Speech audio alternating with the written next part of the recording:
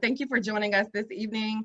My name is Delegate Lee Carter. I have the honor of serving the 95th District in the House of Delegates, and I have plenty of friends with me that are going to help us tonight to walk through some of the amazing new changes that we have to the laws that some have actually already gone into effect when we were in Richmond in April, and some of the majority of the laws that will go into effect July 1st. So it's really important that you know what's coming your way, and we are happy to discuss this with the people that champion these causes. Tonight's discussion is going to focus around legislation that falls under the categories that rank the highest in the 95th District Constituent Survey. We will have more conversations because, trust me, even in an hour, we aren't going to be able to cover everything. But I want to thank my guests, and I want to thank you for joining us tonight. If you have any questions, go on and put them in the chat, in the comment section. And I want to thank my Chief of Staff, Tempest Boone, who is taking over my Facebook account and handling the questions this evening. I do want to give a slight disclaimer. I have invited all kinds of friends to join me this evening, delegates and advocates. Some we are, able to say whatever we want. Others might be with the C3 organization. So the speaker is speaking on behalf of themselves, and if we agree, we'll let you know. But whatever they say is really on their behalf, and just because someone else is participating in the conversation doesn't mean that they agree with everything that's been said this evening. But our hope is to get the conversation going on some of these bills. This was a historic session, and we will start with a little bit of that history making when we start first with our fearless leader and leader of the Democratic House Caucus, and that is Delegate Charnel Herring, who represents the 46th District, which consists a part of Alexandria. And she also serves as the chairwoman of the Courts of Justice Committee. So, Leader Herring, please go for it. Thank you so much, Sia, and the people of your district are so lucky to have you representing them, and thank you for the invite. I have two bills I'm going to talk about. First is House Bill 1, which is something that I have filed for many, many years, which is no excuse absentee voting. Virginia was one of only 18 states that still required a voter to say why they cannot vote on election day in order to get permission, if you will, to vote absentee. Now people can just fill out an application saying I need a ballot, and that's it, and they will be able to vote absentee. This is a huge, I think, a huge thing for our state. Not needless to say, if you look at what's happening with COVID-19, we're talking about safety and just an opportunity for people not to provide personal information, whether they have an illness or anything, to get access to the ballot. I think will cause us to have increased voter participation, which I'm excited about. The other bill that I did have was the marijuana decriminalization bill. The second year I put it in. And this bill is significant because marijuana arrests and prosecutions disproportionately impacts people of color, and especially the people in the African American community.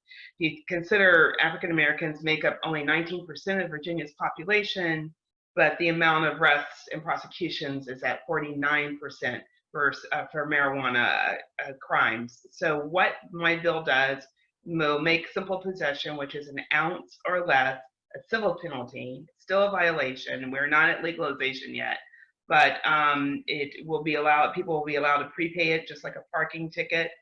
And it will also allow an individual's records to be sealed. So if they had an arrest or prosecution for marijuana possession, that those records will now be sealed as of July 1. And additionally, the bill also has a study component in it, and I just wanted to mention that because that study is going to be done by the administration, but there will also be an independent study regarding marijuana legalization that's done by JLARC. So I'm glad that that bill finally did pass, and so also with this bill there is no jail time. Previous law is 30 days someone would face going to jail for an ounce of marijuana possession, and now there's no jail time associated.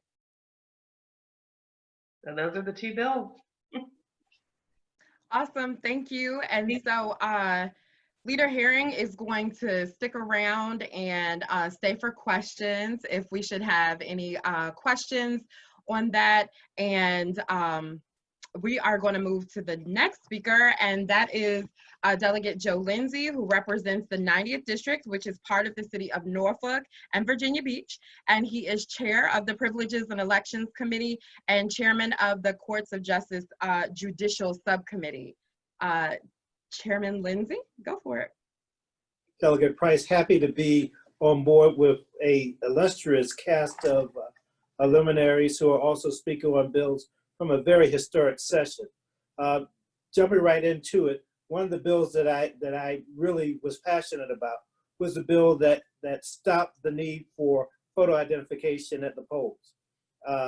There was the explanation offered by those who were against it that this was going to open up, the voter rolls for fraud and misrepresentations of identity. I can tell you that there had never been any statistical data to suggest that that was ever a problem in Virginia, and I could only see it as a circumstance of presenting one more barrier for those who otherwise would choose to vote. So I was very pleased that that bill passed through this session. We had the right combination in the House and the Senate with Democratic control, and we understood that the bill needed to be done so that there would be more of an opportunity for those who chose to vote to be able to get out and vote. Historically, we found that many seniors were in some way put upon to come up with identification for voting, and especially current identification. And this now gets rid of that problem. Another bill that I thought time had come was the bill that changed the larceny threshold. The larceny threshold up until last year in Virginia was $200, one of the lowest larceny threshold amounts in the nation. We got it up to $500 last year. I think that we were now able to get it to something more consistent throughout the nation at $1,000 this General Assembly session. Many argued that by changing the larceny threshold that it was going to cause criminal activity where persons were going to be engaged in organized larceny efforts and put small businesses out of business.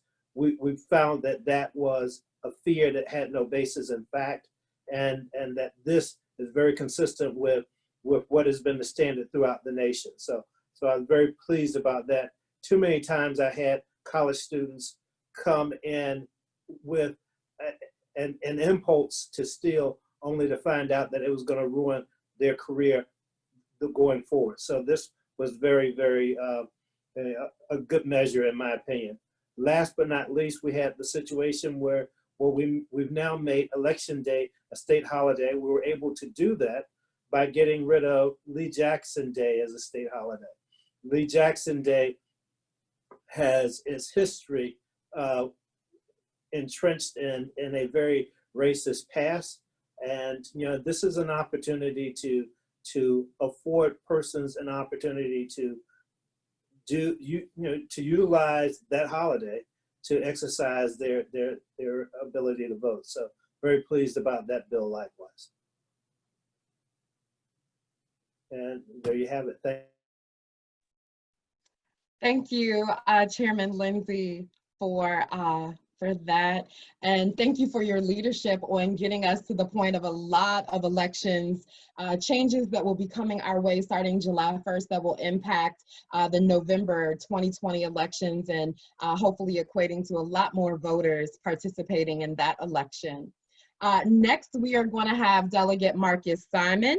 He represents the 53rd District, which is Falls Church and part of Fairfax County.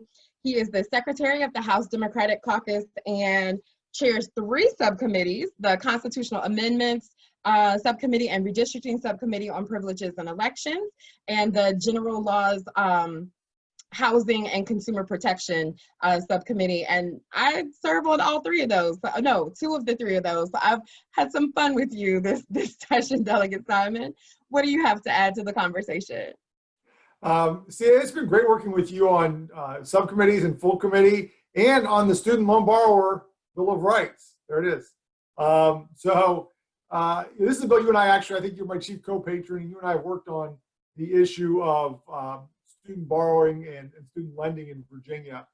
This is sort of the second piece. We worked together to create a student loan ombudsman's office last year. This year, we're going to require all student loan servicing companies in Virginia to be licensed by the State Corporation Commission, just like any other lender. Right now, most lenders of money, be they payday lenders, car title lenders, mortgage lenders, they're all licensed by the Bureau of Financial Institutions, except for student loan servicing companies, which actually service the greatest amount of debt for Virginians other than mortgage debt. This Student Loan Borrower Bill of Rights says pretty basic things. One, they have to get licensed. Two, they have to apply your payments the right way. They have to give you accurate information about your loan and your repayment options. They can't tell you that you don't have to make payments when you do. They can't tell you you do have to make payments if you may be entitled to a forbearance or forgiveness or so forth. So they got to give you accurate information. They have to report your good payment history as well as your missed payments, right? So if they're going to report missed payments, they also have to say, oh, by the way, this person makes their payments on time so that you can actually at least use these loans to build credit and build a positive credit history. So always sort of surprised at the amount of resistance to this in years past. Nobody really could ever articulate a good reason as to why this bill didn't pass before, but it's passed now. It goes into effect in July of next year, 2021. The Bill of Rights piece does, because we've got to start the licensing process this year. So it gives the servicing companies some time to get their paperwork together, get in their license applications, let them get licensed, and then we'll start having the ability to give folks a place to turn if their student loan servicing companies aren't treating them right in the State Corporation Commission and also the Virginia Department of Consumer Affairs, because violations of our Bill of Rights will also be a violation of the Consumer Protection Act. The second bill that I had to talk about today is a little more straightforward. If I can find the background for it. There it is. Asset forfeiture. Virginia had an asset forfeiture law. There was a civil asset forfeiture bill that said if your things were used in the commission of a crime, if your property that was used in the commission of a crime, the state could take that from you without actually convicting you of the crime. So all this bill does, it says before somebody can say, hey, I'm going to seize your property or your assets as being the fruits of a crime or criminal act that you've committed, I have to be able to prove beyond a reasonable doubt you actually committed that crime. And so this is one of those where it kind of, it had support from both the right and the left. The Americans for Prosperity supported this, which made me a little nervous. The Family Foundation was for it, which also made me nervous, but the ACLU, Virginia Poverty Law Center, and others were for it too. And in the end, it passed 99, actually it passed the General Assembly 139-1. We won't call out who the one person was unless somebody asks in the chat. So those are my two bills, and happy to stick around for a little while. I've got another civic association to go give a similar presentation to, but if I can make it long enough to answer some questions, I'd love to. Awesome. Thank you for that and your superior use of Zoom. We're going to all learn how to do backgrounds with slides. So thank you for that. Next, we're going to hear from Chairwoman Delegate Juwan Ward, represents the district right beside mine, the 92nd district, which is most of Hampton, and she is the chair of the Labor and Commerce Committee. Delegate Ward, you there? I am here. Go for it. All right. Okay. Thank you again. I just want to thank you so much for the invitation. It honestly means a lot. And the first bill we're talking about is House Bill 395, and it raises the minimum wage to not less than $9.50 in May of 2021, and not less than $11. And I don't think you can see me, can you? Okay. No, we can't see you. I'm sorry. Okay. There you are. Okay. All right. I'm sorry. And then, as I said, to not less than $12 an hour in 2023. And when we return, into session in 2024. And that's going to be after an election. So this election, 2024, is going to be very important if you want to continue to see that minimum wage increase to not less than $15 an hour by 2026. As the bill passed, the increase was scheduled to begin in January the 1st, 2021. But because of the uncertainty of this pandemic and to allow businesses some time to become prepared, the governor asked that we implement it 4 months later. And in spite of that, I'm still encouraged that by May 2021, 400,000 essential workers in Virginia will finally receive the raise that they deserve. And by 2023, the legislation will be helping some 800,000 workers in Virginia. Then no subsequent increases will be affected by that amendment, and the increases will continue just as scheduled. And the one thing that this whole COVID-19 pandemic has reminded us, that many essential workers in our economy are low-wage jobs, from the people who are on the front lines in healthcare system. They're the ones that clean the hospitals.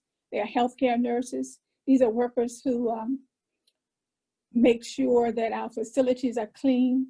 And so we've got to do something for them because they're living paycheck to paycheck. And these higher wages will go right back into the economy. And so I really believe it's a win-win for everyone. And the next bill you asked me to speak about is House Bill 393. And that bill requires a landlord to provide a statement of a tenant's rights and responsibility.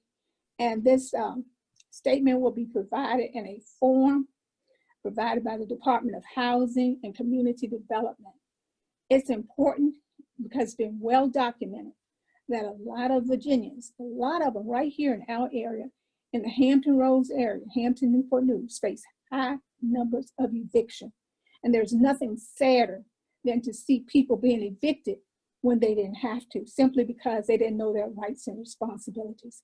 So we're going to develop it so that the landlords, tenants, lawyers, and other stakeholders will all come together. They're going to come up with this statement. It will be provided to the landlords and to the tenants. And before an eviction can proceed, it must be signed and notarized by, stating that everyone has seen a copy of it. And I do apologize for this hoarseness. The allergies are killing me, but thank you again. And we thank you for your hard work on that. I know that those Bill of Rights and the housing issues is really important to Hampton and Newport News. So you were serving your constituents really well on that. So thank you. And next we are going to go to Delegate Paul Cresack, who represents the 44th District, which is part of Fairfax. He's the chair of the Appropriations, Transportation and Public Safety Subcommittee and the General Laws, ABC, and Gaming Subcommittee. Paul? Thank you, Delegate Price. It's good to see you and all my wonderful colleagues. It seems like we were there just a couple days ago. Time is flying, but I'm glad we're able to do this, and I appreciate it. I have two bills that I thought I would highlight. One is a bill to combat domestic abuse, and the other one was to make voting easier. The first bill passed and will be law, and as soon as July 1st comes along, the penalty for those who install or place an electronic device, a tracking device like LoJack, without the consent to track somebody, that will now move from a class 3 misdemeanor up to a class 1 misdemeanor. What does that mean? That means no longer it wouldn't be a $500 up to a $500 fine. It actually could be up to a year in jail and a maximum fine of $2,500.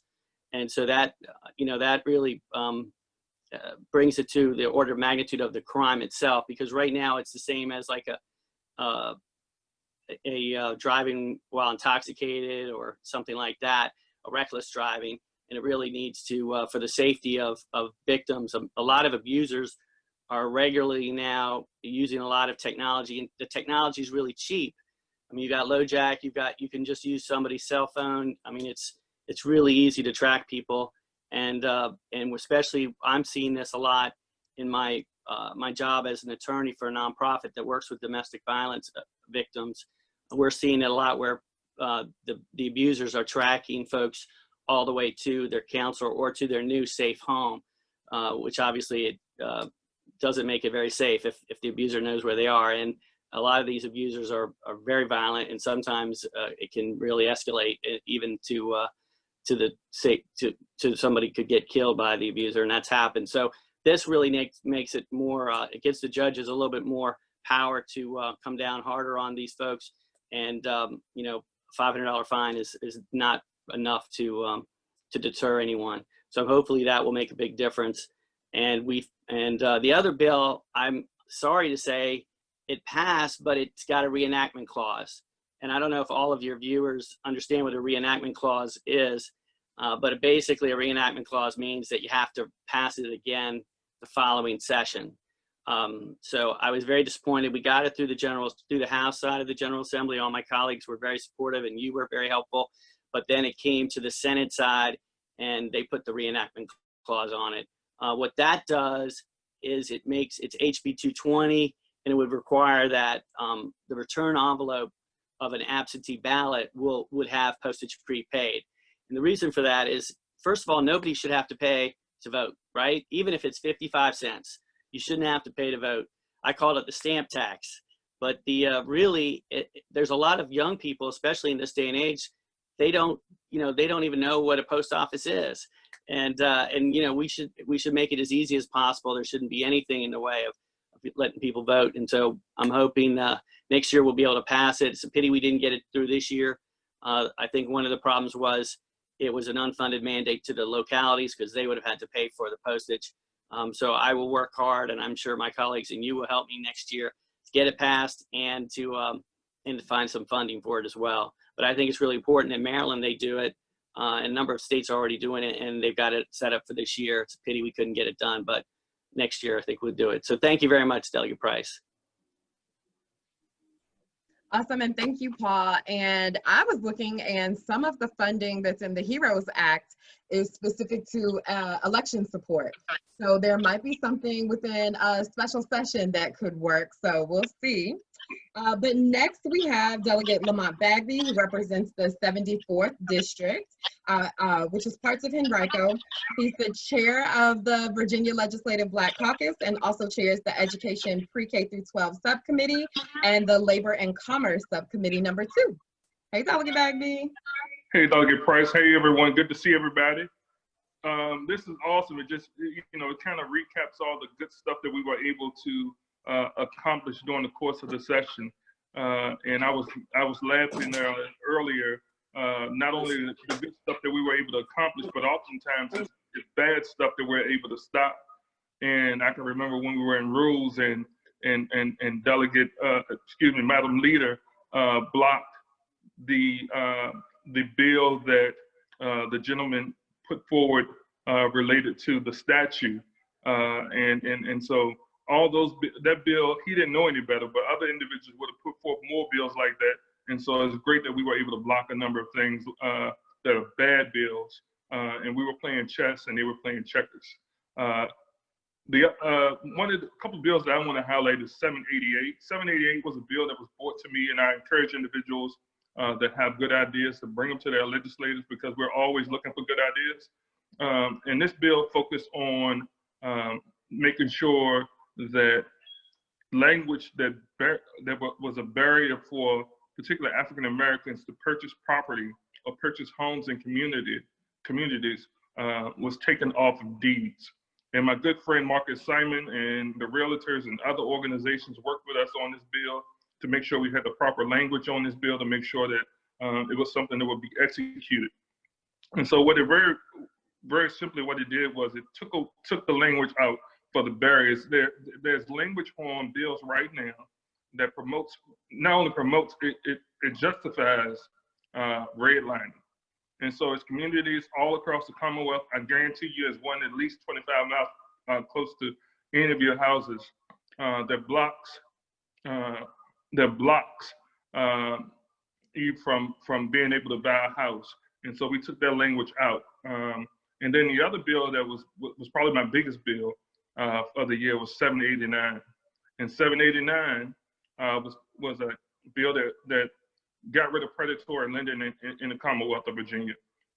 My very first bill as a legislator was trying to cap the interest rate on loans in the Commonwealth of Virginia to 33%.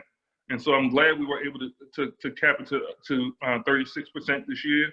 As you all know, there are loans today, and it's sad because a lot of the predatory lenders are still active, and they are now preying upon individuals that are experiencing challenges associated with COVID.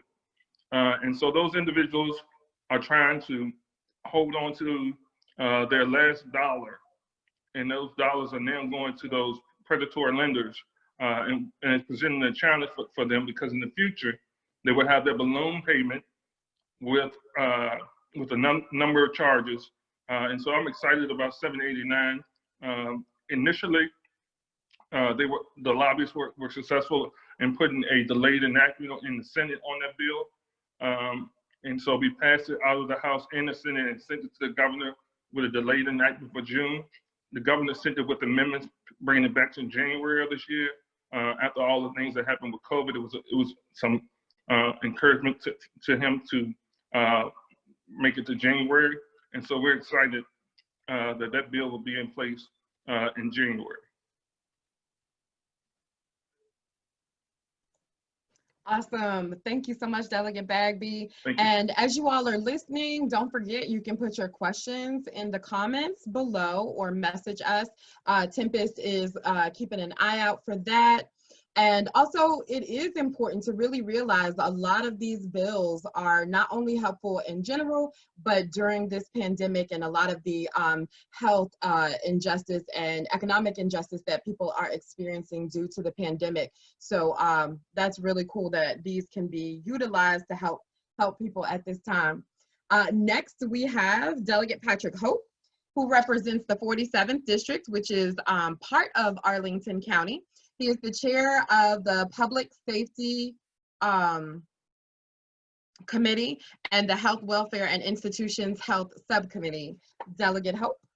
Hi, good evening. Thank you, Delegate Price. You have a rock star lineup here. I'm going to bring it down a little bit, but I want to talk about a couple of bills that I put in, and one of them is directly related to the health and safety related to this pandemic. It's House Bill 1090 is the first bill I want to discuss. This really rewrites our immunization laws in Virginia. Under current law, whenever the Centers for Disease Control and Prevention recommends a vaccine that is safe and effective and will save lives, currently you have to take that vaccine and try to implement it into the code. You literally have to write a bill. And we haven't had any success in updating our vaccine list for Virginia since 2008. And since that time, we have not updated that list to require meningitis, hepatitis, HPV for boys, and rotavirus. And all four of those are communicable diseases and can be deadly if not treated right away. So we rewrote our entire immunization statute, which now would include those four vaccines as mandatory for kids to go to school. But we also said that whenever the CDC recommends new vaccines that will save lives, then that is automatically put on the list. So we no longer have to come to the General Assembly, wait for session, put in a bill, and hope that the majority will pass it. It'll be automatically done.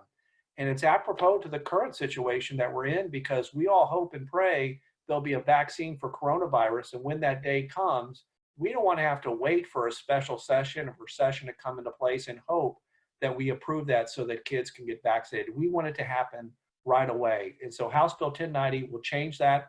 Delegate Krizek helped me in the Appropriations Committee. I know he's done a lot of work on this in the past and making sure that we have the proper funds to make that a reality.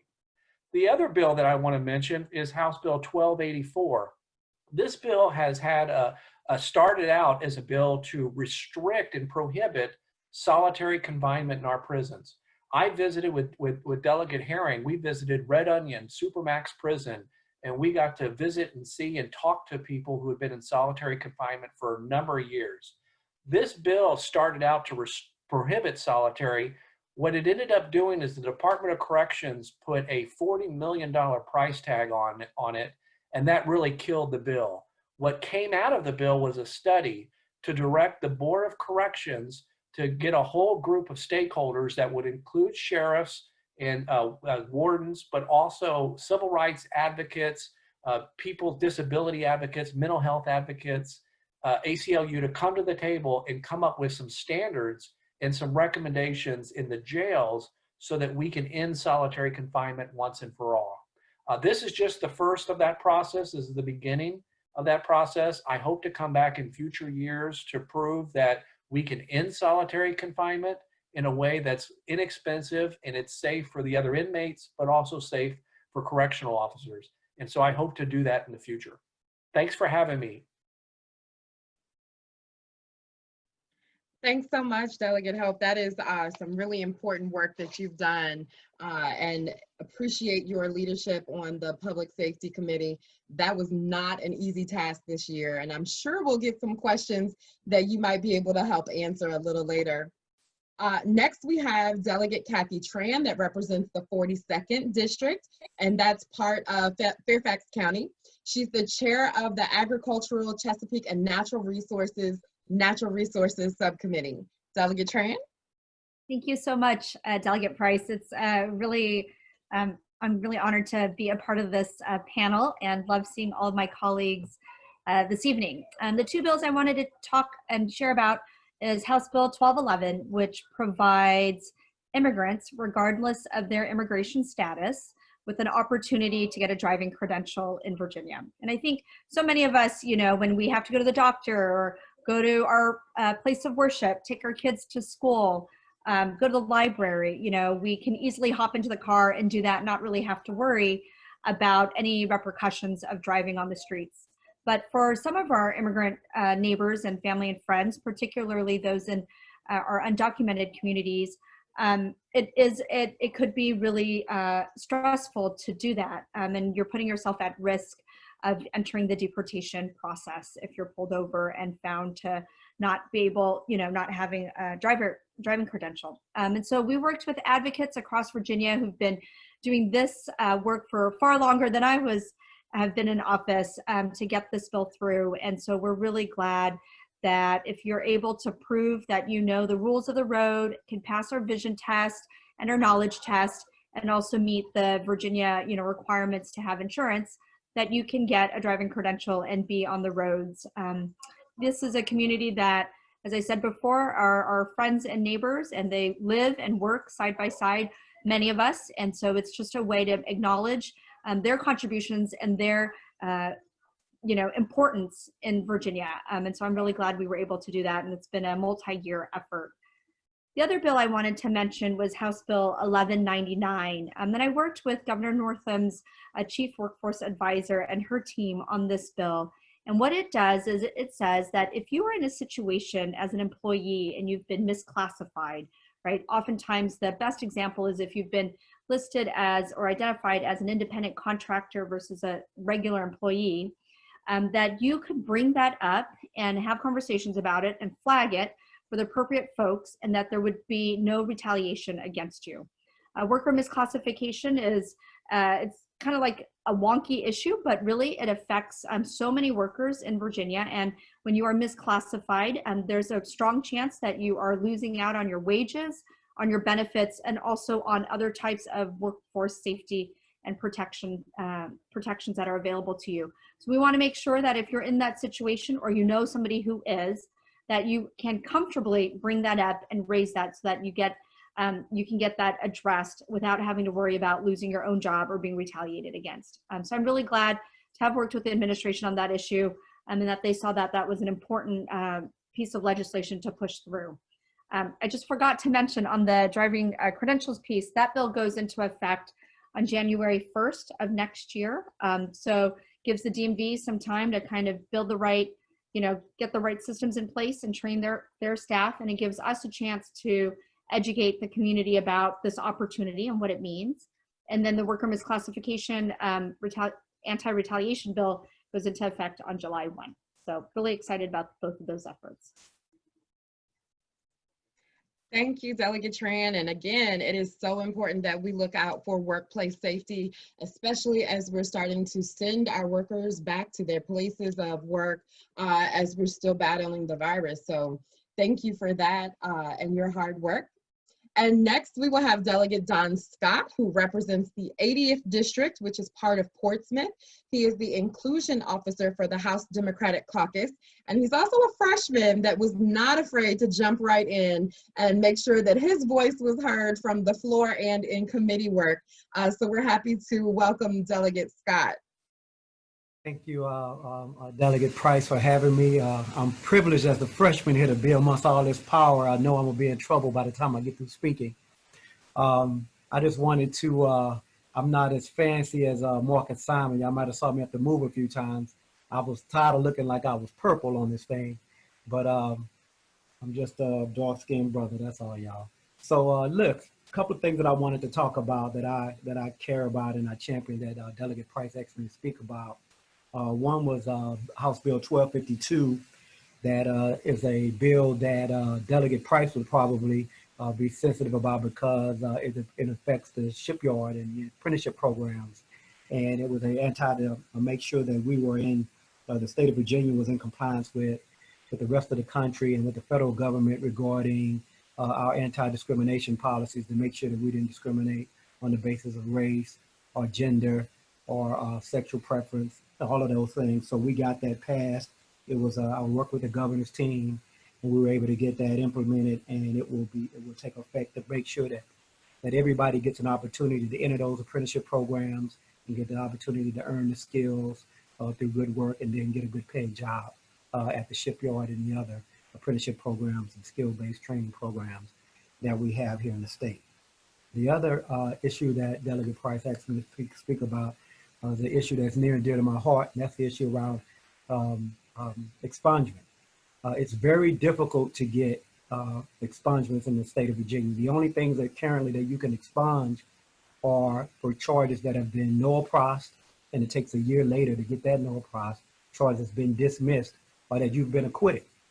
And so at the end of the day, you're basically getting expunged the fact that you were charged with something and not actually something that you may have actually been found guilty of, and it's a long time ago. You can't get a misdemeanor expunged in the state of Virginia, no matter what it is. So what I introduced the bill 293 and 294, basically to deal with expungement. I wanted to give folks an opportunity to have misdemeanors expunged after a certain amount of time, and that they paid fines and did everything, because we all know that a background check is a valuable commodity, just like a credit score. It can hurt you, and a background check that comes back, no matter how long ago that the crime was committed, it can impact you financially. And so I really view our criminal justice / punishment system more as an economic punishment system, because it impacts folks who are changing their minds, trying to move forward in their lives. And now here's a misdemeanor that you got, and it hurts you in the competitive marketplace for a job. I want to go a step further in the future and even try to expunge felonies. You know, I know there are other states that do it, and we can do it here, especially if we meet all the criteria and do some checks and make sure the amount of time that's passed. There's some states that do 8 years, 12 years, if it's once it passed. So I'm hopeful that as we move forward that we can do that. My expungement bill was put in a group of other expungement bills that are placed in study. So all of those things will be studied this year. And hopefully when we come back to session in January, we can take some action on those bills. The Crime Commission and others are going to be studying everything. Our Madam Leader is on the line here, so she might chime in just to tell me how successful we're going to be in getting some of that expungement stuff done, because she's going to, no, don't cross your fingers, just say yes. And we're going to get that stuff done here in the next little bit. But I'm going to be counting on everybody on this call who can vote to support these expungements. Okay, Joe, I know you with me, baby. So we can get that stuff done, because at the end of the day, we know, seriously, we know that this is an economic crime. This is about impacting people economically and preventing them to be able to compete in the marketplace as we move forward. So when you get expungements, then you can get a job at the shipyard if it's been so long, and other good jobs. So that's what we want to do. We want to give people the opportunity to compete if they've been given their God-given ability and talent, and it's something that's happened a while ago, let them go back and work. And thank you all for having me, and I'll be quiet and hope I'm not in trouble or kicked off some committee after this.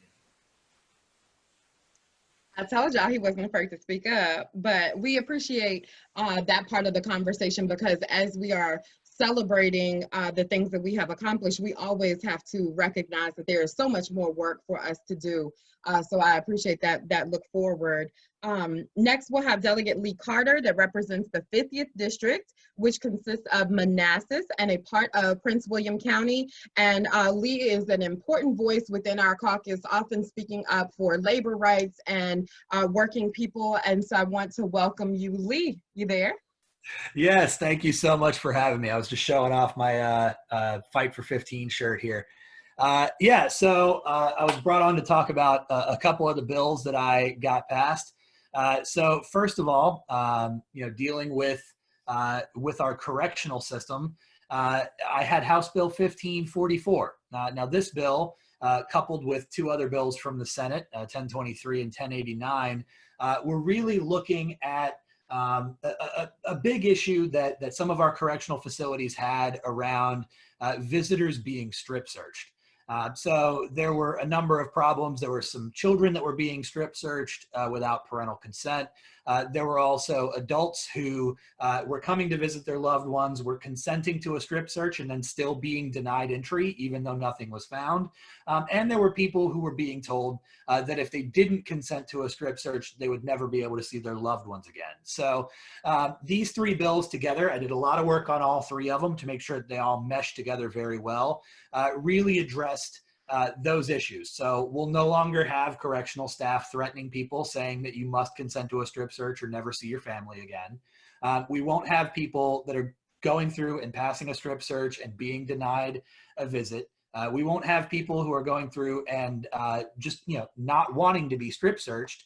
Now, if that happens and you decline a strip search, then you get a non-contact visit with your loved one. You won't be denied a visit entirely. And very, very importantly, we've gotten rid of the practice of strip searching children, with one major exception being children that are under arrest that are initially going into the prison system. But other than that, we are getting rid of the practice of strip searching children. So these were wonderful. All three of them, once we got through in the form that they were sent out of the General Assembly, there were wonderful reforms to our correctional system to make sure that people are actually having their rights respected when they go to visit their loved ones. And now I'd also like to talk for a second about healthcare.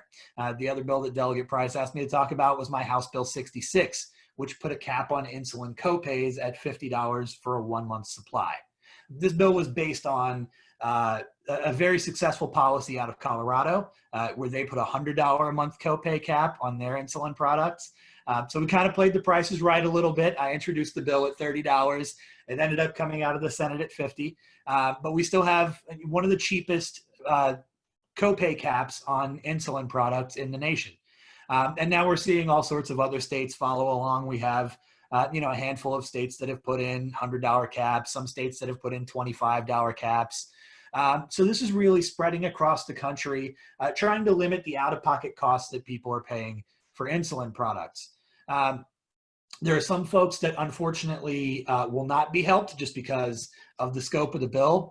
Those are folks without insurance mostly, and with COVID-19, we're seeing a lot of people that are being thrown off of their health insurance. So unfortunately, that is a consideration for a lot of people. But the primary group of people that this bill helps are seniors that fall into the Medicare donut hole. So they have a supplemental plan, but they run out of their coverage for regular Medicare, but their supplemental plan hasn't kicked in yet. A lot of those folks throughout the summer, they'd see their copays spike up to $400, $500, $600 a month for their insulin. Now that will be capped at $50 a month. So those folks will no longer have that massive spike there.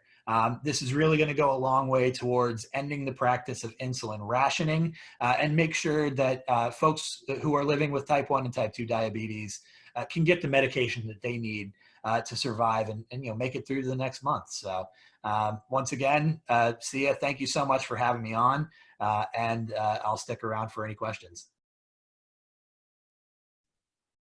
Awesome. Thank you, Lee. And now we are going to hear from Delegate Jeff Bourne, who represents the 71st District, which is part of Richmond City.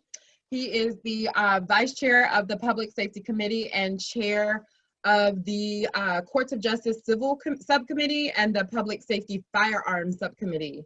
Jeff, take it away. Well, thanks, Sia. Always good to be with you and all of my colleagues, talking about such wonderful times during the session that we were able to do some really good things. You've asked me to talk about 3 bills. First, we'll start with House Bill 6, which has been a long time coming here in Virginia. That puts a person's status as a voucher holder on the protected class in our fair housing laws. What we've been finding for many years is that people are being discriminated against simply by their source of funds that they're going to pay their rent with. And so we were able to negotiate and work through a compromise, carves out some exceptions for people who may be renting their first home, who aren't in the business of real estate, but you know, it's a good bill, it's good progress. Worked with a lot of folks, many of whom are probably on this call or will be talking later. But I was glad to work with so many folks to help get that done. Second is House Bill 9, which is another one that's been a long time coming. I'm not really sure why it took so long, because it seems everybody I tell it to says it's always common sense. But we're simply going to, in Virginia, require gun owners to report lost or stolen guns within 48 hours of them discovering it's lost or stolen, or face a civil fine. We've got some protections in there so that if I do report it, if I've lost my firearm and I do report it and something bad happens with my gun, I'm not held liable because I did comply with the law. I did report it to law enforcement. This is common sense to get very dangerous weapons tracked down better, faster, quicker, and gives our law enforcement agencies, I think, a good tool that they've been asking for several sessions. Finally, Delegate Price and viewers, I want to talk about House Bill 1420, which I think is particularly relevant in these times during the COVID pandemic. 1420 essentially puts a 10% cap on late fees for renters. In addition, it also caps the late fee at either 10% of the rent due or 10% of the outstanding balance. And what we were trying to do is make sure that as folks may have found themselves falling behind on rent, that they weren't going to be drowning in late fees and additional costs at a time when they certainly needed support to make sure that they kept their housing over their head. During the session, it got a lot of bipartisan support. It was supposed to go into effect July 1 in the normal course. However, during consideration of the bills, the governor sent down an amendment to make it an emergency clause, so that upon our passage of that amendment during the veto session, it would become law, so that anyone who was facing those sort of pressures and those sort of situations could take advantage of not having to pay exorbitant late fees on their rent. And so I think this is one of the bills that I'm most proud of, and I was certainly glad to work with you, Sia, and lots of others, again, many of whom are on the call and passionate about these types of issues. And so with that, I'll stop and make sure that we have time for questions. Awesome. Hopefully that was Thank 4 you, Jeff. minutes. Thank you, Jeff. And as you stated, just want to say that late fee cap did go into effect when we walked away from the Capitol on April 22nd. So that is in effect now. I am going to close out the legislator section just by talking very briefly about 3 of the bills that I want to uplift. And one is House Bill 340. And that is the bill that we had talked about on a previous broadcast, where the furloughed workers were given 60 days to stave off an eviction, or for the tenants or the homeowners 30 days, should there have been a federal furlough. But when Senator McPike led that charge in 2019, while we were actually going through a furlough, that expired September 2019. So what House Bill 340 did was extend those protections should there be any further federal furloughs. So you always hope that Washington doesn't result to that, refer to that in order to negotiate about the budget, but you never know when it's going to happen. Well, what the governor did was take that bill and propose a recommendation for the reconvene session to also extend those provisions to anyone that had a loss of income due to COVID-19. And so that went into effect on April 22nd. That again gives any tenant with a loss of income due to a federal worker that's been furloughed, or anyone that lost income due to COVID-19, 60 days to stave off that unlawful detainer. And then 30 days if you were 60 days if you're a tenant, 30 days if you're a homeowner, and you have up to 90 days to enact this or to use this at the end of the state of the emergency or the state or the federal furlough. So that is House Bill 340, and we'll also drop a link later about some of the other housing resources that are available should you be trying to stave off an eviction at this time. House Bill 277 changed right now. If you are incarcerated, community service that you did before or after your incarceration can count towards your fees and fines. But any community service that you did while incarcerated could not count toward it. And so we worked with Sheriff of Newport News, Gabe Morgan, and the administration, and even Delegate Terry Kilgore had the same idea. So it was a bipartisan supported bill. And we got that so that now, as of July 1st, it will be community service that is before, during, or after incarceration that can count towards that. And lastly, House Bill 1255 seeks to make racial, political, and prison gerrymandering a thing of the past. And so it makes it illegal. There was a huge conversation that we can get into because I've already gotten a question about it. But redistricting and gerrymandering was a huge part of the conversation from this. And so while I will 100% say that I stick with the no vote on the proposed constitutional amendment because it keeps legislators at the table, this bill focused on no matter who is doing the drawing, that political, racial, and prison gerrymandering would not be a part of the process as we're getting to new and fair maps. And so those were three that I worked on. And again, we'll have more conversation about other bills coming up, but I want to shift a little bit the conversation.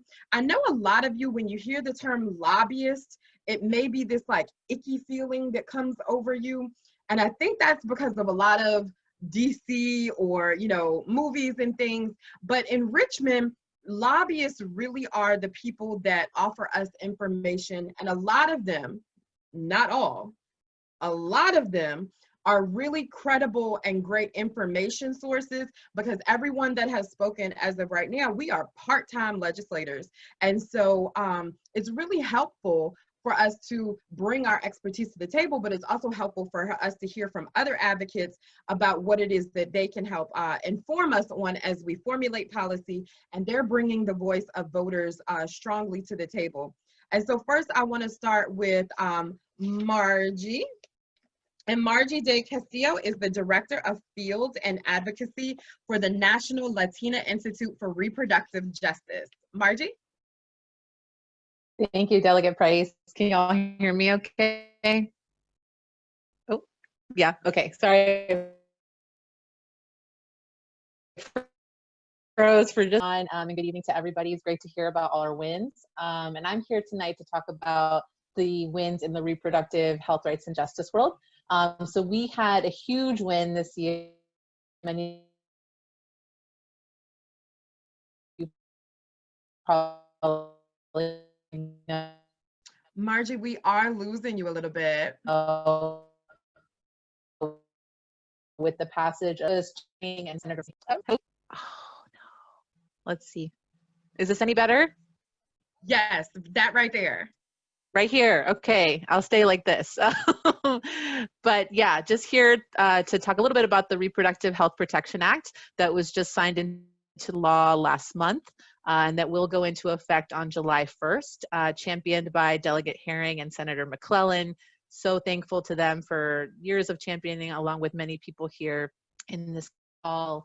And so what the Reproductive Health Protection Act did was really get rid of all of these unnecessary restrictions that existed on abortion access and abortion care in the Commonwealth of Virginia. So before this act, we required people to undergo forced mandatory ultrasounds. We required 24-hour delays between their appointments to access abortion access.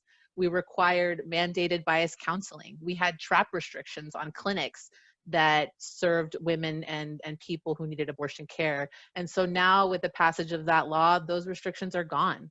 And they were medically unnecessary, they were biased and politically motivated. And so it's very exciting that those are now gone and access has been opened up again to women and people in Virginia.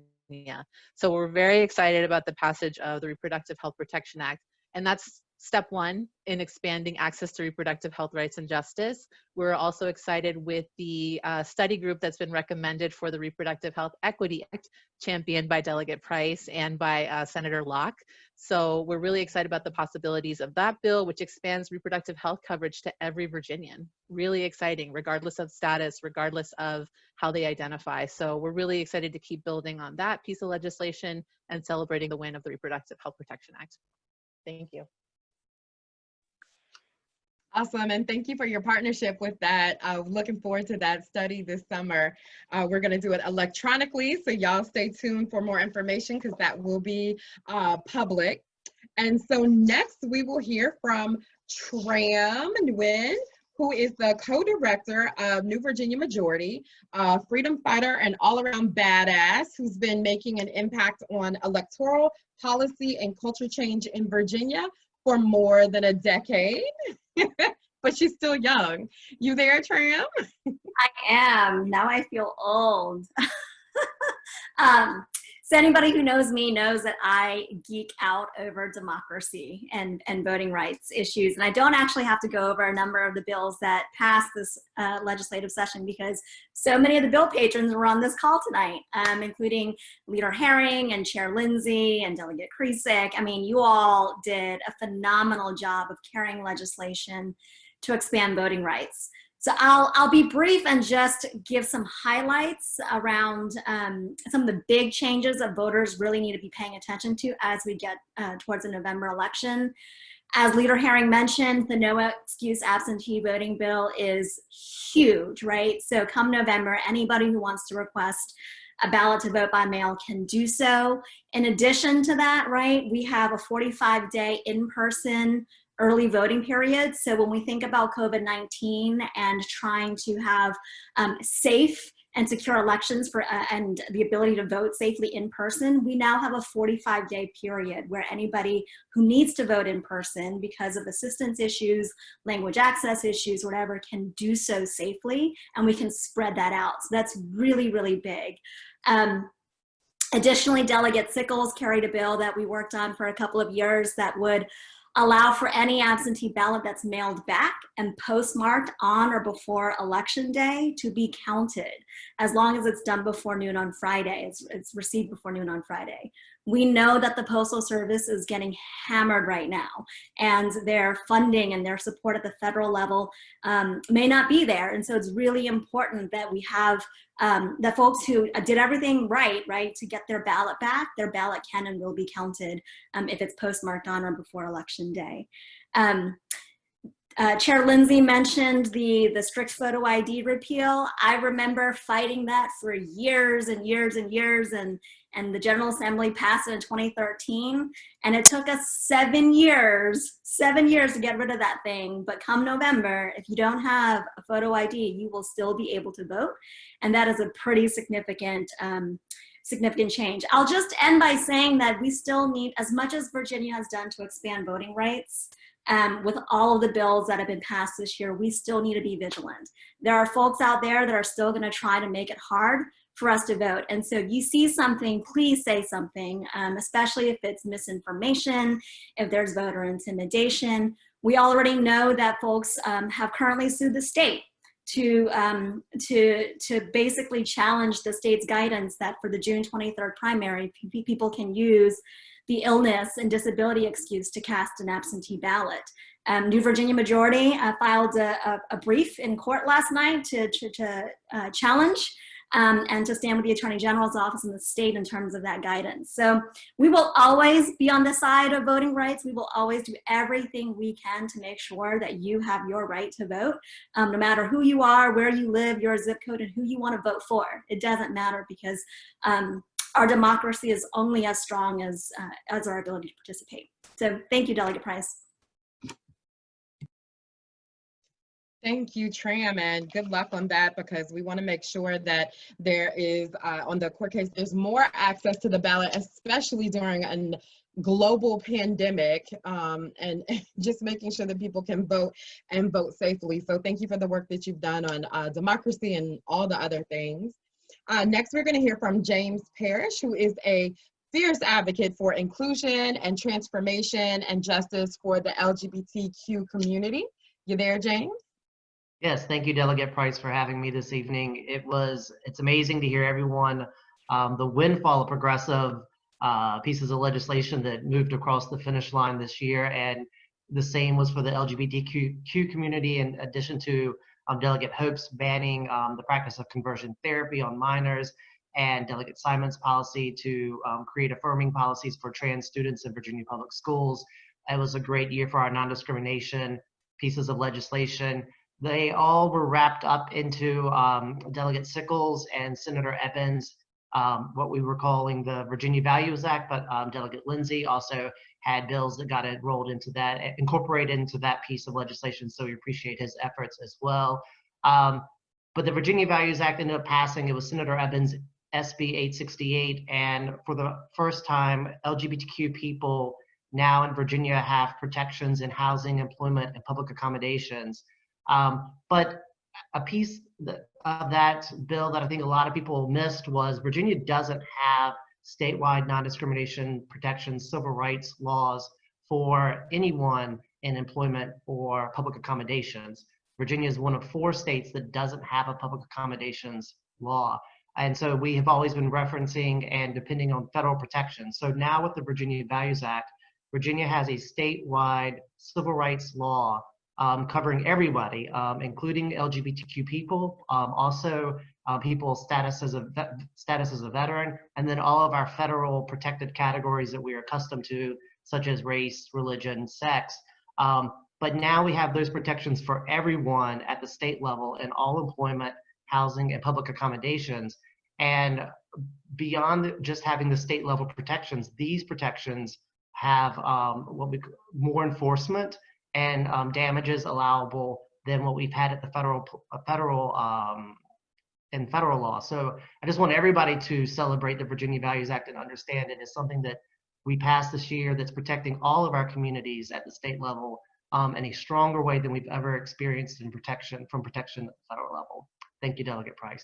I also want to give you a shout out to your wonderful comments in the House General Laws Committee when we were having many people using their faith to as a reason to discriminate or not pass laws protecting people, and you eloquently chimed in that your faith teaches you not to discriminate and to treat everyone as equal. So the community really appreciated those comments. Thank you. Thank you.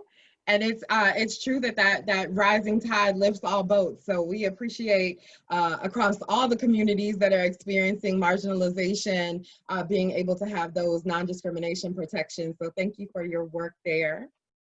Next, we are going to hear just 2 more, y'all. Next, we're going to hear from Anna Scholl, the Executive Director of Progress Virginia, who works every day to keep the pressure on for that bold progressive change that we so desperately need. Anna, you there? Yeah, I am. Good evening. So you all have heard a lot of really fantastic new laws tonight that were passed this session, but if you don't take anything else away from this conversation, what I most want you all to remember is that none of these laws would have happened without people like you out there in your families and your communities. The legislators that you've heard from tonight are fantastic and they're doing amazing work, but they're only one piece of the process. Their ideas for new laws come from you, from your stories stories, and understanding how these proposals impact our communities, that comes from you. And the energy and feedback and advice that you give helps make these bills better. There isn't a single bill that hasn't been made better by feedback and advocacy from voters and constituents. Your voice and your opinion are so critical to making sure that the decisions that are made in Richmond reflect and benefit all of us. And there's so many ways that you can contribute and speak up. First and foremost, by voting, making sure that you're registered to vote, and then making sure that you cast a ballot. As you've heard this evening, there are expanded options now, thanks to Delegate Herring and so many people on this call, to make sure that you can vote absentee without having an excuse and making that more widely available. And you can also make sure that you fill out your census. Right now, we're in the midst of the every 10-year census, which determines so many things for our communities, from how many seats in Congress we get in Virginia and influences how political district lines are drawn, but it also guides how much money Virginia receives for healthcare, for roads, for social services, and for so much more. And it's such an easy way to make sure that you're speaking up for your community and your community's needs. But you can also make your voice heard and influence decisions in Richmond by literally speaking up, by writing or calling your legislator to share your experience and your opinions, and even coming to Richmond to visit legislators while the General Assembly is in session and to testify on bills. And it's so important because you all have something special and unique that none of the legislators or lobbyists you've heard from tonight do, and that's your personal experience. Sharing your story about how an issue impacts you in your community and what a change might mean to your family and to your neighbors is incredibly powerful. However you communicate that, whether it's in a meeting, an email, a call, even hitting up Delegate Price on Facebook or Twitter, you've heard so much about the progress that we've made tonight, but there is a lot more work to do to build a Virginia that works for all of us, and it's going to take all of us together to make that happen. Thank you so much. My regular viewers know how much the census means. And so we always need that reminder until we are done with that. And so I really appreciate your perspective on the importance of advocacy, because if it wasn't for the voters, their stories, and them sharing it, a lot of the things that we've been able to do, from Medicaid expansion to all of these things that we're talking about now, would not have happened. So thank you for your work and helping share those stories. And our last presenter for the evening is Ashley Kenneth, who is the Senior Vice President of Policy and Legislative Affairs at the Commonwealth Institute for Fiscal Analysis. And they basically crunch numbers and show you the real life impact on low and moderate income families. So, Ashley? Thank you so much, Delegate Price, for having me. I'm going to talk a little bit about the budget and where we are in terms of the budget process. So July 1 is when the new 2-year budget for the state goes into effect, and when we should be celebrating a lot of the great wins and the steps that legislators took to put money into communities that have been deliberately left behind so often in the past. Unfortunately, when COVID-19 hit and we had to close so many businesses in order to slow the spread of the virus, that accelerated an economic downturn. And Virginia is not alone in that. It has been estimated that together, states could lose about $650 billion over the next 3 years. We're not sure yet what the specific impact will be in Virginia, but in anticipation of the expected decrease in state revenue, or the money that comes into the state, the legislature voted in April to put a hold on almost all of the good new investments that were made this legislative session. So things like more money for high poverty school divisions and covering dental care for adults in Medicaid. In total, the legislature unallotted about $2.3 billion from the budget. But the good news is that the final decisions on many of those items will be made later this year when the governor calls a special session and brings the General Assembly back together.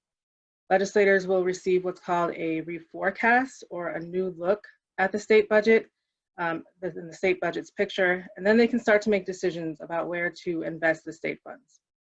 So we at TCI, along with so many other advocates, are going to be working between now and special session to make sure that legislators consider a more balanced approach. So instead of cutting a lot of the great things out of the budget, We should also be thinking about using tools like the Rainy Day Fund and the Reserve Fund in tandem, and how to raise money, perhaps by asking wealthy people to pay their fair share, or taxing digital products and closing corporate loopholes.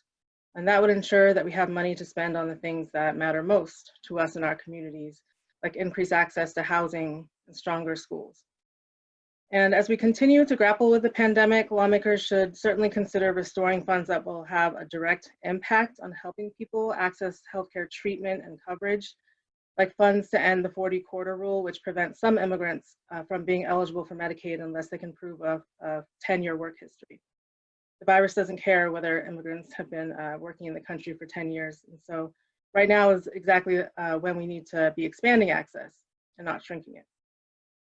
Similarly, TANF cash assistance will be crucial for helping families make ends meet, especially as jobs are going to become hard to come by, or single parents may not be able to work because they don't have childcare or their kids are home from school. During the last recession, the TANF program served very few families, and so it's very important that we make sure that this safety net is strengthened for this current recession. So yes, there is a lot of unknowns and a lot still to figure out, but there's also so much opportunity to advance change and help ensure that together Virginians can weather both the health and the economic crisis ahead. Thank you. Awesome, thank you so much. And we have quite a few friends who were able to stick around. And so now we're gonna go into a few questions. We've gotten some by email at the registration, and we've also gotten some in the comments. So first we'll go with a question from Amir. With the JLARC study and the study authorized by House Bill 972, shout out to Delegate Herring, how does the House expect to address communities affected by the war on drugs, expungement, etc., by a comprehensive legislation of cannabis bill? And then they ask about the dozens of co-sponsors, but I am sure you put a comprehensive bill in front of us, you'll have dozens of co-sponsors. But Delegate Herring, I wanted to go to you first, and then anyone else can chime in after that. Wonderful, and thank you, and thanks for that question. Actually, some of those bills that dealt with expungement, giving additional credit for good time service, they did go to the Crime Commission for a study. So because, and also with the parole issue, but I will say that that actually is a good thing, and this is why. We had so many different proposals, expunge, convictions for one crime but not the other. And I didn't want us as a delegation or a legislature sort of picking and choosing winners and losers versus having a big comprehensive package when it comes to expungement. So we're not choosing what crimes, and it'll be evidence-based. And I'm writing a letter to the Crime Commission to help direct the study because I want to make sure that it's comprehensive. So that's one of the things that's going to be happening this year as a study, and hopefully that we'll have a nice piece of legislation that we can promote next year, file, get it passed. So that's one thing. With the studies that are going on with marijuana legalization, the hope is that those communities that have been impacted and unjustly, when you look at the disproportionate numbers, will also have an opportunity to be part of the process that marijuana is legalized, having opportunities to enter that market and have a business share in the market if marijuana is eventually legalized. So there are efforts underfoot, and but I just wanted to make sure that whatever we're proposing, that it's comprehensive and not leaving people out, because I think that's just wrong. So. And did anybody have anything else they want to interject into that conversation about legalization of marijuana? See, the one thing that I'd add is that Leader Herring is being way too modest in this respect.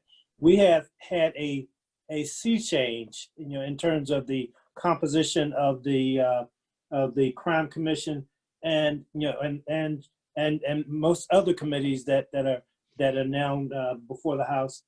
And with that, I believe that there's going to be more open-mindedness to many of the processes that that were subject to draconian legislation and people holding it back in the past. I think that's going to be the case as it relates to how we proceed with marijuana decriminalization. I think that's going to be the case. How we look at this ideal of expungement in a broader fashion, and I think that's going to be the case in terms of much of our legislation that's more of a progressive bent. And I'll just add a reminder that everything that she described in the bill is not until July 1st, people. So just a slight reminder of that. That's right, because it was just signed by the governor today. So that's the other thing. So yeah, not until July 1. Indeed. Thank you. Within the emails, we have a question that asked for us to talk more about the gun bills that passed.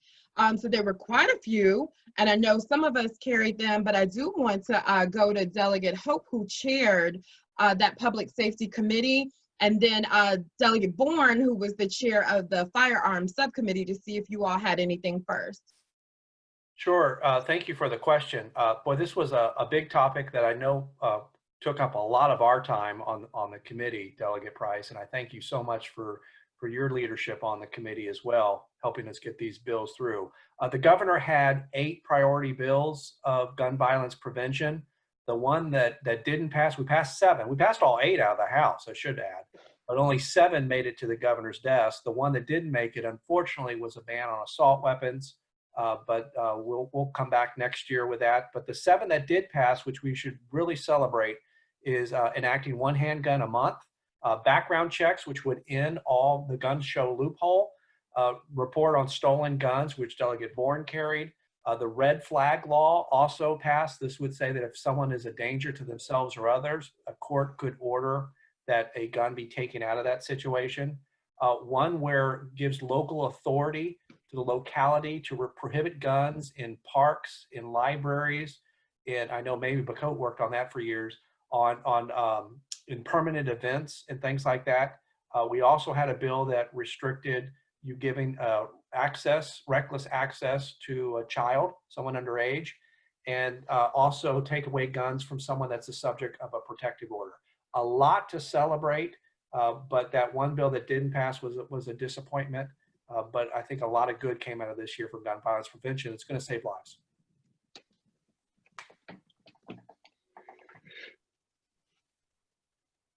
So Delegate Price, I think Chairman Hope hit the nail on the head right there. A lot of these conversations were obviously very tense and emotionally charged, but I have to say that it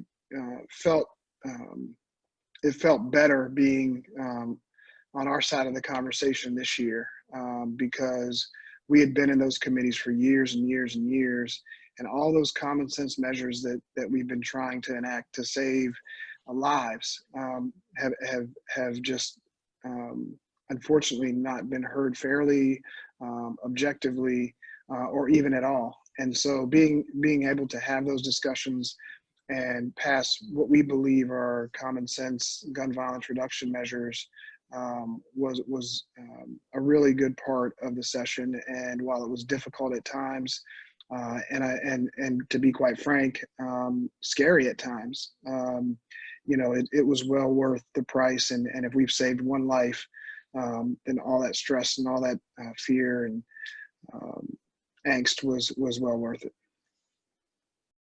Absolutely, absolutely. Okay, so the next question that we have is, will the redistricting amendment be on our ballot in November, and what are the implications of our vote on that? So I will kick that off because I have some feelings. And so I'm going to drop a link after this to a YouTube playlist that has speeches that were given by many of the folks that joined us today about why the amendment is a bad idea. Let me first say that I can't speak for anybody else and they can chime in for themselves, but I didn't hear anybody that spoke say that they were against fair and independent redistricting. And I am for fair and independent redistricting.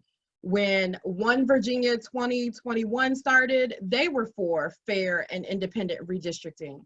One of my mentors, God rest his soul, Senator John Miller, was for fair and independent redistricting. What SJ 18 is putting on the ballot, yes, it will be on the ballot in November, is not independent. It puts 8 citizens and 8 legislators. And if you think that that is putting the voice of the people at the forefront of the redistricting conversation, then you have not met the 140 of us that serve in Richmond. And I have been in the back rooms and I have heard conversations, and y'all may have heard me say this before, but I liken it to Smeagol Gollum with my precious from I'm a Lord of the Rings fan. But it becomes this thing. So whether I feel like I have a personal interest in wanting to win again because I feel like I can best emote the values of my district, or whether I want to win again because I need the check, or whether I want to win again because I enjoy the privilege of the prestige or the glitz or the glamour that people think come with this job. Whatever it is, if we are the beneficiaries of potentially how these lines are to be drawn, we shouldn't be at the table. And again, I am speaking on my own behalf. So what I would have liked to have seen was the conference report that Delegate Simon and I worked on, which would give the voters a true choice. And that would be to say yes to the amendment if they want legislators to be a part of the process, or to vote no. And with the conference report, that would have then converted the commission to be all citizen-based. So we are looking forward to whatever enabling legislation should come about, which I hope will give that true choice. But as it stands right now, without enabling legislation, that amendment is poor. And I'll let Delegate Lindsay say that full adjective, but but that's my rant. I have at least an hour of speeches that will be on the YouTube link. So I'll stop there and see if anybody else wants to chime in.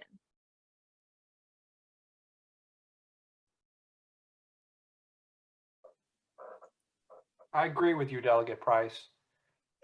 I couldn't have said it better. This, you know, I've been in office. I started campaigning in 2009 when I first ran for re-election and won. And I always said it's almost like rote memory. I support redistricting in a nonpartisan, independent way. And I don't care whether you're an opponent or proponent of this. This is not nonpartisan and it's not independent. Somewhere along the way, we lost our values. Somewhere along the way, we decided to compromise. And I just think that we shouldn't compromise. It reminds me of that AT&T commercial where that lady says, sometimes just okay is not okay. I feel that way about this amendment. It's just okay. And it's not okay to put that in our Constitution. Delegate Price, I'll chime in and say that, we were in the foxhole together, and many times it just seemed like the opposition was just overwhelming our flank. But you have to be a person of character. You have to be a person of personal conviction. And what was billed as nonpartisan redistricting was anything but.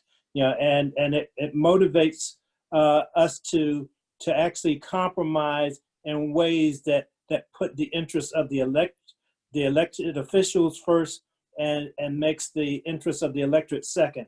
And I've always had a problem with that. And for 7 years now, plus, that's been the same thing that I've said every time I had an opportunity to speak. Delegate Price, I will certainly defer to you because you've been more eloquent on this piece of it than I have.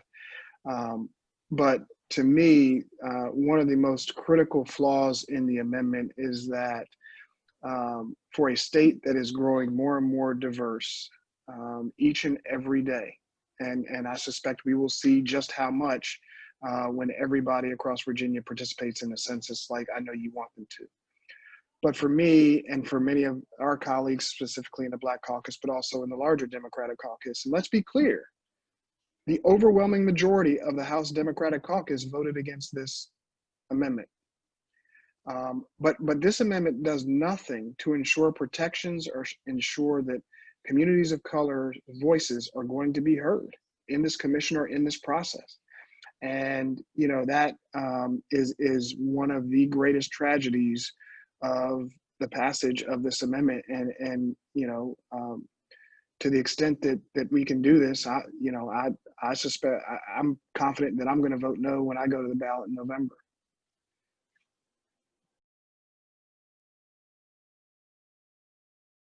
I would be remiss if I didn't say my piece on this. Everybody thinks they know, I pretty much know where I stand on it. I think it's a bad amendment. I think what it does is it really does enshrine the status quo, which is kind of what we do now, and it's a very hyper-partisan process. And I think it enshrines that. That's what that amendment does, and it's kind of scary. And I think anybody that's being intellectually honest would have to admit that it is a not bipartisan, but is a hyper-partisan bill that injects even more politics into what is already a very political process. Anytime you had a President, Senate Pro Tem, and a Madam Speaker of the House that appoints senators and delegates equally, we already know it can be political just getting on the right commission. So now we're talking about redistricting. So that's going to be a big deal. So I think we need to be honest with it. My really fear and concern is that we're probably a little bit behind the 8 ball. The proponents of this amendment, even though they are being intellectually dishonest and know it's not a good bill, they are entrenched in their position. Common sense will not prevail. There are a lot of folks who believe in this no matter what. And I just think that this November is going to be a tough fight on that issue. It's just going to be a really, really tough fight. The way it's being couched right now is that it is an amendment that will end gerrymandering, when we all know that that is not true. The branding on this thing has been, I believe, spectacular. It makes me almost understand how people take hydrochloroquine. So I think that's where we are now. We need to take a look at it, because I think they about to start drinking Clorox in November if we don't do something to change this thing around. Delegate Price, I also, I guess I'll be on that YouTube video because of my testimony in the committee, so you'll all be able to hear that. But everybody said it quite eloquently. It's putting lipstick on a pig, and it's still problematic. We've got to defeat it in November. I hope we can. I think, as Delegate Scott says, it's going to be tough to do. They've done a good job of branding it, but it's not what they say it is, and we've got to try to defeat it. I know I'm going to be working hard up here in Northern Virginia to do so, and I still think we have a shot at that. But you know, we were really blindsided by it, and we've got to do a better job in the future. Hopefully, we can defeat this thing. I think there's a real chance to defeat it. Yeah, the more and more I talk with people and I ask them questions about, like, well, do the talking points that they send out include the concerns that voters of color have, or the timeline issues, or the fact that, you know, it's like Delegate Scott said, hyper-partisan. I haven't had an unsuccessful conversation yet, so we just have to get out there more and get that out there. So we are going to end on this question, and I hope everyone will chime in. But what was your favorite moment of the 2020 session? I'll start. It was that very first day.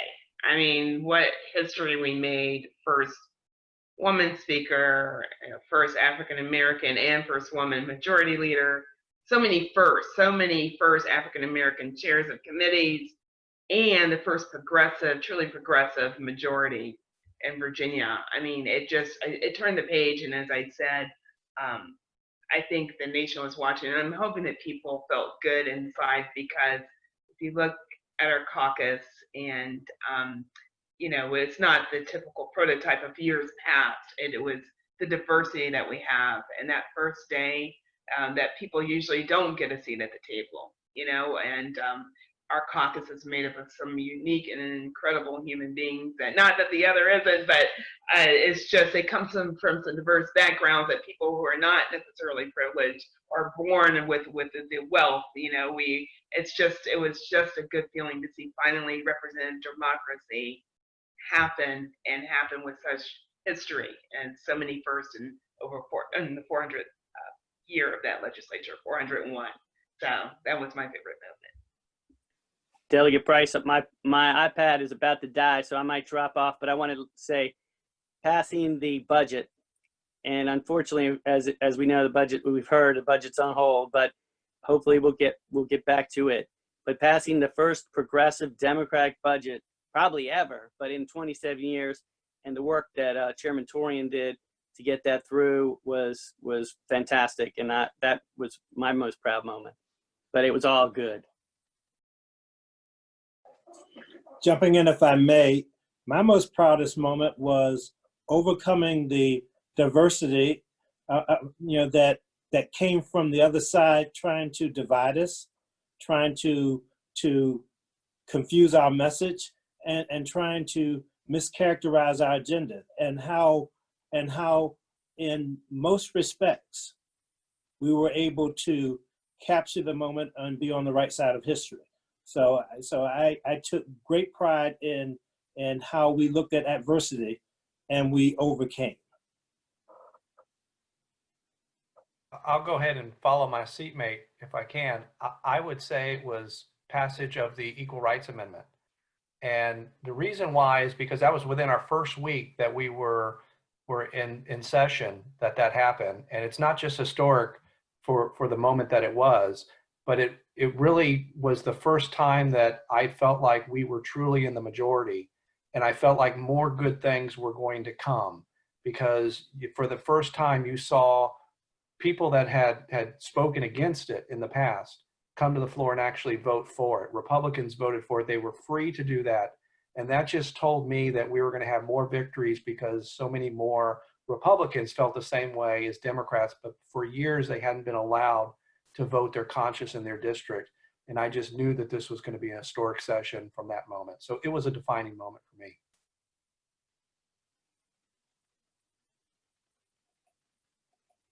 I'll go next, and I want to just echo what our leader Herring said about the first day. Just having been elected in 2017, and at that point entering with and being a part of the largest class of women, right, in the House of Delegates at that time, was such a powerful experience for me. But in 2019, when I sat there, and I just didn't expect to be so incredibly moved, but I boo-hoo-hooed the entire session, and just couldn't stop crying. And to me, I've told some of my colleagues this story, but it means so much for girls across Virginia and across the country to see Speaker Fillicorn, to see Leader Herring be such major players, right? I remember when I read an article in the Post and it said, these are the two most powerful women in Virginia. And I put the paper down, I was like, I know them and I get to work with them. And I felt so proud. But what it means for girls is simply this, some of my kids play House of Delegates at home. And after Speaker Fillicorn was elected as Speaker, my kids were playing around the dinner table, and they said, they were trying to decide who was going to be the speaker in our house that night. And my daughter Charlotte said, I get to do it. It's my turn, because we have, Miss Eileen as the speaker now. And what that shows in terms of being a role model for all of our girls and our boys to say that, you can do whatever you want. And I just think it was so amazing. So it was a fantastic cry and a fantastic session this year. And I am so incredibly proud to be a part of this team over and over and over again. So thank you so much. Am I the last one? I must be the last one, still on the call. I got the most out of the session just interacting with folks who come from different backgrounds, have different ideas about how to get things done. But when we got in the room, we were able to mesh. And sometimes we had to argue and fight. I like the family atmosphere. It's not like a good fight with your family. And, and then you go back and you be mad for a couple of days, you might not speak, and then you come back and you say, you know what? I might not agree with you on that one or two things, but we got to work on these other 8 things that we do agree on.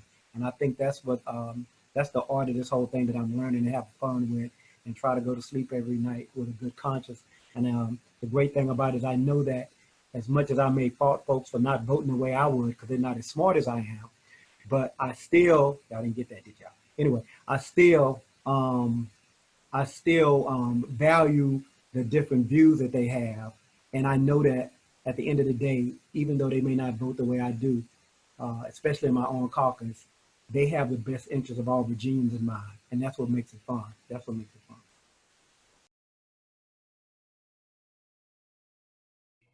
Delegate Price, I do have to say one thing. Another favorite moment was when Delegate Scott was on the floor and he turned the tables on the discussion around whether or not we in the House versus the Senate agreed to have equal representation on commissions. And we generally have more from the House on a commission because of the way representation works here in the two chambers. And turning that whole argument around on the constitutional amendment, I thought was so amazing. And it was really fun to see it happen. Delegate Price, I'm not sure that there's one particular moment that stands out, but it was just the compilation of moments that we had. You know, everything from the ERA to the budget to, you know, us moving a progressive agenda that's really going to make an impact and has probably already made an impact on people's lives each and every day. You know, so that is the moment that really struck me is the good work that we did, and there were 10 or 20 bills probably that got all the headlines, but as everyone on this call knows, the ones that aren't getting the attention, those are the ones that you know are really going to have the impact because they come from the people that we represent, the ideas, the policies, the concerns, the challenges that we were trying to address, really are the ones that we're going to see the fruits of our labor. So it really wasn't a moment, but the entire moment of what this session meant and what this session accomplished was special to me.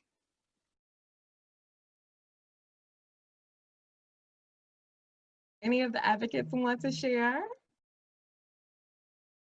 I can start us off. I think I want to plus one the leadership of women of color in particular. So thankful to all leaders in there. It was amazing to see how much power has been built among women of color leaders. But also as someone that helps to mobilize Latinx people and immigrant people to the General Assembly, it was such a welcome change to have just a friendlier building. You know, I've been in lots of sessions prior that we experienced outright discrimination, right, and just harsh times, and to be able to walk through and just feel more confident, see more smiles, see more people that looked like us and also, you know, thought like us, I think really helped a lot. And so that was some of my favorite moments, was just seeing our folks feeling really comfortable and confident and speaking their voice and sharing their stories.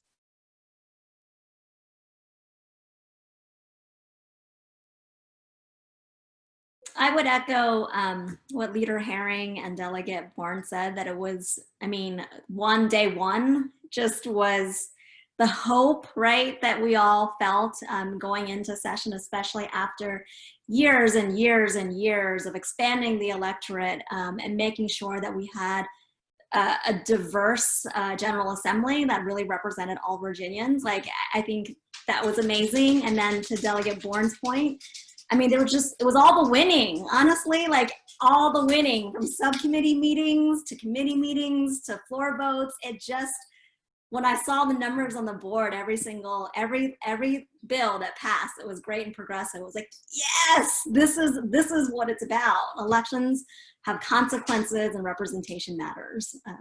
So it was a whole damn thing. I would agree with that. I think if I had to pick one, I would say, and this will make you all laugh, I would say it was Sine Die, because session goes so quickly and there were so many amazing things happening that it was hard you know, in every conversation where somebody asked me, you know, what's happening in the General Assembly and what good things are happening, it was just, oh, and this, and this, and this. And, you know, the list is so long that you'd forget about it. And it wasn't until I think really that you all gavelled out and there was a chance to take a breath and really reflect and realize, oh my goodness, we have done so many things and there's more work to do, but this is really incredible. Ditto to all of that. It's really hard to pick just one thing, but a lot of the major wins this session were things that advocates have been working on for years. And so it just felt really rewarding to see like years of hard work paying off with all of the major wins. It's very exciting.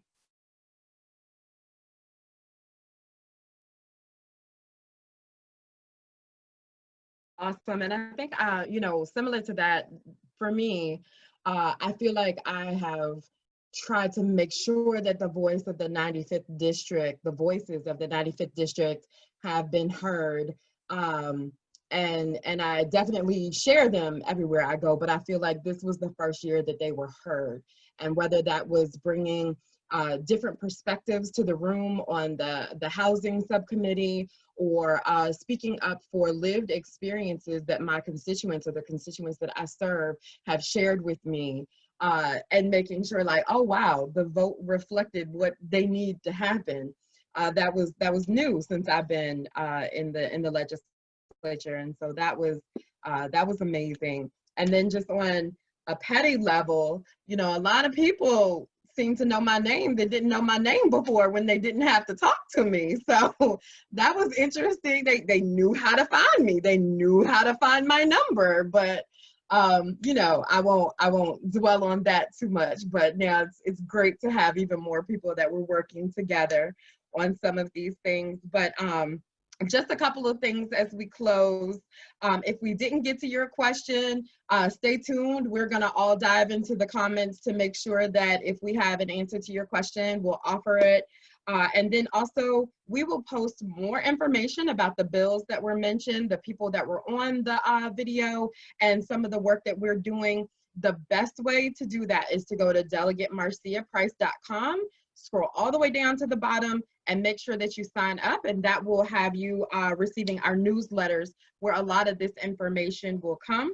The other thing is, just like Anna said, we need to hear from you. We are going to be going into special session at some point this summer. That is an opportunity for you to advocate for what of the issues that were in the budget do you really want to see stay there, and some of the wonderful things that we've heard on here to make sure that they're still funded so that they become a reality. And then stay tuned for more updates. We're going to have more conversations like these, and they're going to be topical. So we're going to dive even deeper into some of the bills and some of the direct impact that they will have on you, and have hopefully some engagement. We'll find a safe way to do that, but hopefully some dialogue and engagement. And then, of course, I want to thank all of the delegates that made time. I know that we have been zoomed out with our day job, but then also making sure that we are in touch with constituents. So I thank you for keeping your time here just really fruitful and helping with people learn about the bills. I want to thank the advocates. I want to thank you for the work that you do that never stops, whether COVID, it just changed the nature of the conversation, but the fights that you all enter and the courage that you all have to bring that pressure onto the work that we do is definitely appreciated. And then lastly, I want to thank the viewers. I know that you guys could be watching a lot of other things, and I might have lost you because I saw that D-Nice had gone live, but this is going to stay on my page. We're also going to download this and make sure that it's available on YouTube, and we'll send out the link along with that other information in the newsletter. And then these good folks will be able to share it with their networks as well, because whether you agree or disagree with the information that we have shared, it is coming your way, or has already come your way. These are about to be laws, not just philosophies. So it's good for you to know. But in all seriousness, I hope that you will share this so that your networks, the viewers and the participants, your networks will know even more about what is coming. But stay engaged, push us, challenge us, ask us questions, stay engaged, because there's so much more work to be done. As it was a feel-good moment for us to share with you some of these successes, no one on this video tonight thinks that our work is done with what we have accomplished. And so we are energized. And even with the way that the virus and the pandemic is happening, I think we've gotten even more ideas of things that we need to change in order to make sure that the lives of all Virginians are impacted. And so that is all I have. Thank you, thank you, thank you. Stay safe and wear your mask. Thanks, Sia. Thank you all. See Have a everybody. good night. Thank you. All right, bye.